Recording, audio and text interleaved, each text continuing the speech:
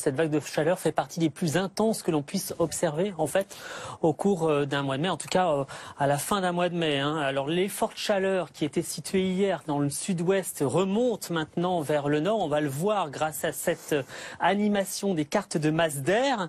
Donc aujourd'hui, il fera plus de 30 degrés sur les 2/3 de la France, ce qui n'est pas rien. Il fera 31 par exemple à Paris, alors qu'hier il faisait 29 degrés. Et demain sera donc la journée la plus chaude de la semaine. C'est vraiment le pic de chaleur.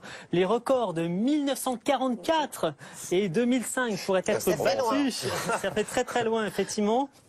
Et cette vague de chaleur, pourrait donc se terminer en début de semaine prochaine. Mais nous resterons au-dessus des normales de saison. Regardez donc ces deux graphiques, à la fois au nord et au sud. J'espère qu'on va les voir. Les voici, c'est magique.